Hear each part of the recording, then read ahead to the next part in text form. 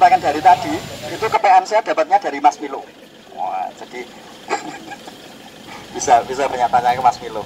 Kita sekarang berada di Batik Hadi Prayitno, ini salah satu produsen batik di Banyumas, dan saya dapat bocoran dari Pak Slamet pemiliknya bahwa ternyata dalam batik itu juga ada tapi istilahnya Pak Slamet ada ngapaknya, dialek ngapaknya di batik ya. Ini contoh motif batik sanes.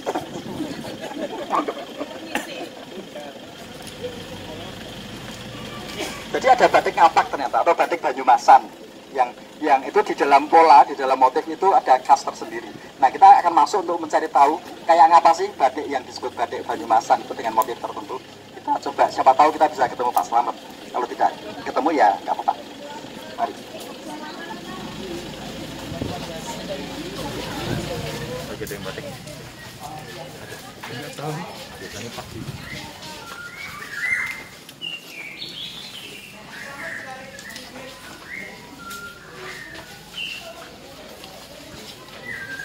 Banyumas itu punya apa? Ciri khas sendiri, tapi ya kita untuk mengikuti perkembangan zaman ya kita tetap ada yang kontemporer juga, meskipun batik Banyumas sendiri ada yang ciri khas, tetap ada yang menurut pakemnya masih ada gitu, ada. Jadi sekarang untuk berkembang. Kalau yang kita ikutin di sini ini, sementara ini sudah pakai batik tulisnya dan warnanya mengikuti warna-warna yang sekarang yang tren, meskipun ini khususnya ini ada yang pesanan ikat yang asli dari Banyumas ini kita mau buat yang motif tradisional. Ini warna khas Banyumas. Apa sih warna terbentuk yang dominan? Banyumas itu warnanya dominan gelap. Dominan gelap. Dan dominan ini umumnya di tren. Nanti kita melihat yang sementara kita melihat yang oh iya. gajah nguling, gajah biru. Kalau nggak bisa bayangkan ini gajah, dolannya kurang atur. Ini untuk ikat ya Pak? Itu untuk ikat. Nah, kalau untuk warna ini motif-motif di sini untuk sementara sih kita lepas dari pakem. Kalau Pak ciri khas pakem kan kayak ada tiga mukti, ada serindu dan lain sebagainya. Nanti ini hampir kontemporer kecuali yang ini. Ya, ya. Dan warnanya untuk ini lepas dari pakem, terutama yang warna-warna gini. Pak, kalau pengertian saya loh ya Pak, Solo pun boleh pakai parang ya, cuma dalam pengertiannya parang kecil. Kalau yang gede-gede gitu khusus untuk pejabat. Makanya di sini di daerah Banyumas ini nggak ada yang parang yang gede-gede, umumnya parangnya yang kecil. Oke, parang yang gede-gede hanya untuk pejabat karena itu biasanya karena memang itu untuk orang petinggi gitu. Oh, di Banyumas parangnya parang yang kecil. Kalau parang kecil namanya penes. Silat kali. Kalau parang rusak itu yang namanya barong, itu istilah barong. Itu barong kan ada barong itu yang itu banda suli yang asli, memang motif banda suli ada sendiri. Kita bisa lihat tempat lain Pak yang terus banda sendiri itu ada alirannya, ada dua macam. Aliran yang asli muncul dari motif yang terang dan warna-warna gelap itu, dan asli yang dari manteron. Manteron apa? Itu manteron itu aslinya orang Belanda yang nikah sama orang Indonesia. Dia tinggal di Banyumas? Pernah tinggal di Banyumas. Meskipun pernah tinggal juga di Pekalongan, yang di mana? Di Pekalongan lah. Oke. Dan dia munculnya namanya manteron. Makanya manteron itu ada di Banyumas, ada di Pekalongan juga. Menarik ini. Jadi teman-teman ada satu tokoh Belanda bernama Manteron. Pan Osteron namanya. Pan Osteron. Pan Osteron. Pan Osteron yang ternyata orang Belanda tapi pegiat batik di Banyumas dan dia aslinya bekerja di pabrik gula. Dia ditugaskan dari Klaten, terutama dari Klaten yang katanya aslinya teman-teman. Oh gitu? Dia pernah bekerja di Klaten, di Kodang ya, terus pindah ke pabrik sini di Bogor. Dia memberdayakan masyarakat sini dengan ciri khasnya dia yang antara Belanda dengan Jawa yang motifnya muncul yang berwarna-warna ini. Ini ada yang motif warna-warna ini yang istilahnya kita sebut gadungan. yang mana Pak? Ini motif dari iya, ya, sama. Ini namanya gadungan.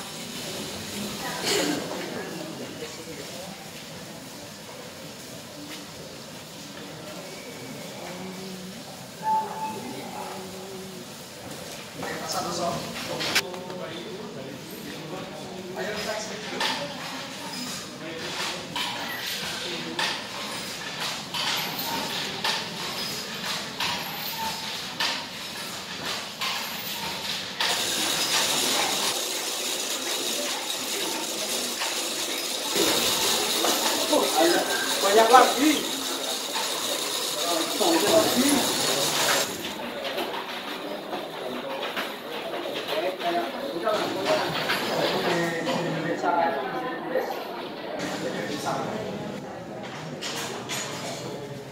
Waktu kita itu ke observasi atau mau ngobrol, itu kita akan tetap.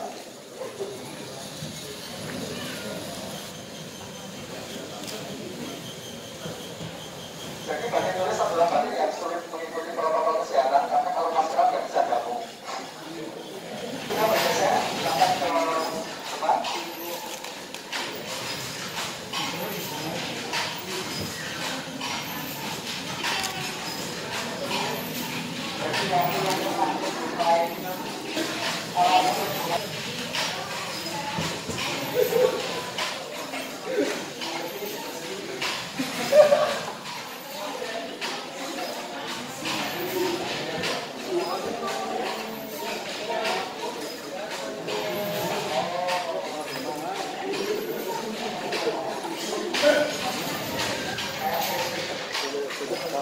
Dikit cap dulu nih.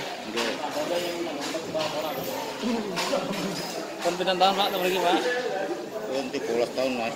Mantap ya Pak. Mantap. Mantap. Angel betul Pak nih Pak. Angel. Angel ya. Umur betul Pak. 63. 63 Pak. Nanti mana Pak? Halimi. Pak Halimin. Nggih, Pak Halimi. Halimin ya. Jenis Halimi. Salimi. Oke, sehat-sehat ya Pak ya. Nggih.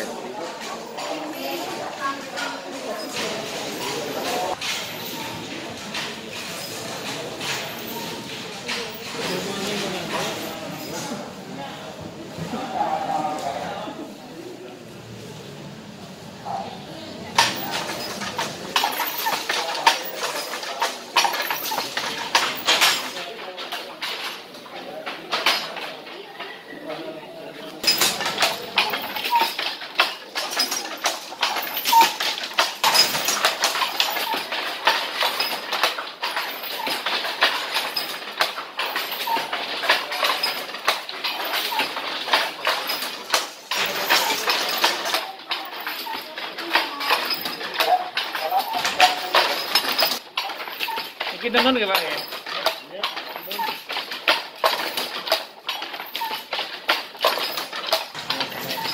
12 tahun. Pas itu namanya Pak? Namanya masih apa? Namanya? Pak Purwanto. Umurnya pinten Pak? Sekarang 32. 32. Angel betul Pak niki Pak. Lumayan Pak ya. Ya. Tuan ya Pak.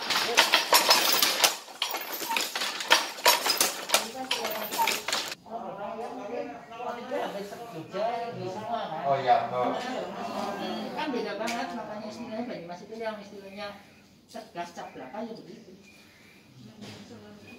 Memang cerdas dari, meskipun ini motifnya sama loh ya, kayak ini.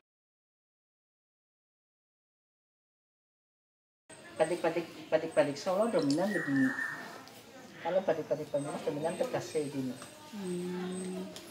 Apa yang membedakan? Warnanya, motifnya tak banyak Om? Baik, warnanya, kalau Banyumas itu mau dominan diwarnai dengan krem. Krem. Kalau istilah Solo, istilahnya kita soga genes.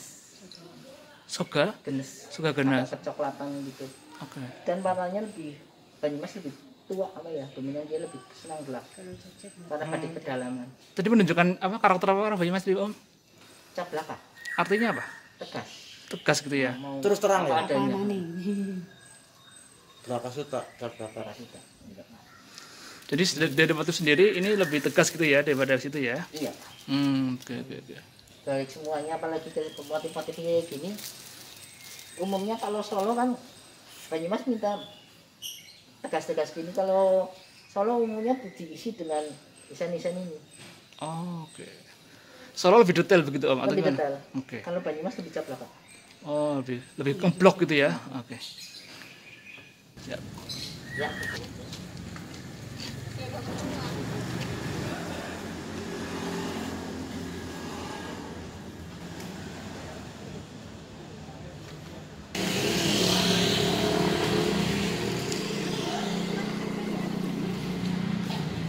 Sekarang kereta jenazah itu masih utuh sekarang, usianya lebih dari 300 tahun.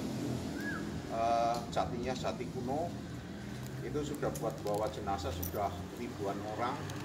Nah, beberapa saat yang lalu dari kepengurusan minta tempat di garasi sana untuk juga garasi kereta jenazah. Kita keberatan. Nah, kebetulan Pak Camat lagi semangat luar biasa.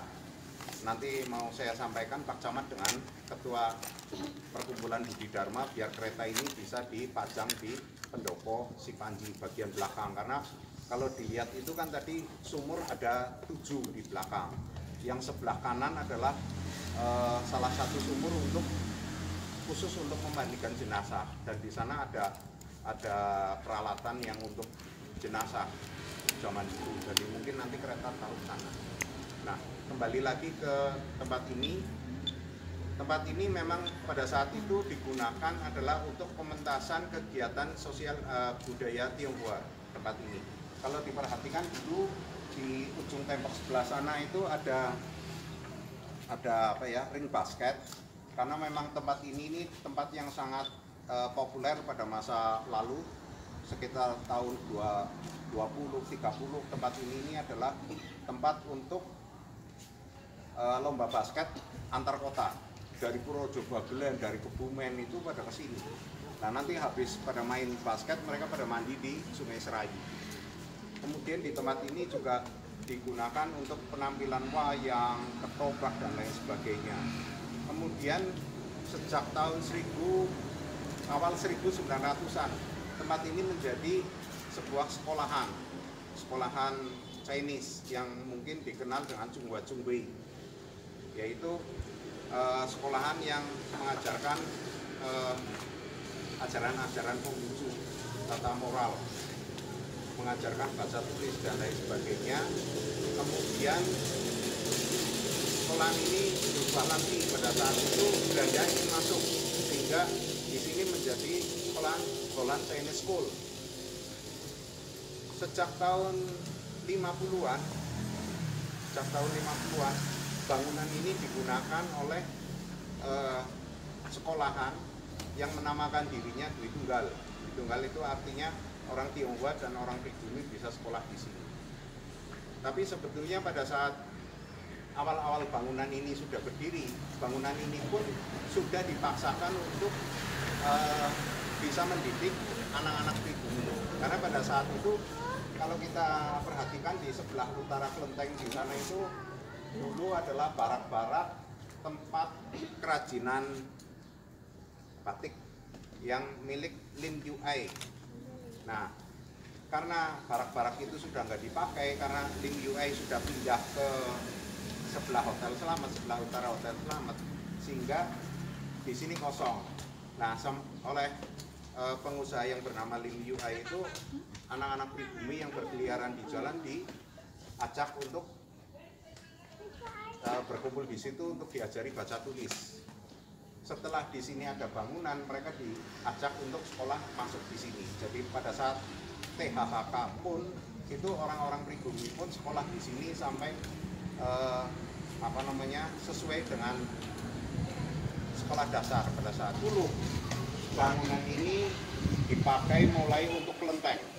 Nah, karena pada saat itu rumah pokoknya adalah ini, rumah ini memang ada sejarahnya untuk Banyumas dan untuk Indonesia, karena ternyata Pak Soekarno pada saat memimpin upacara di alun-alun, mobil kepresidennya rusak.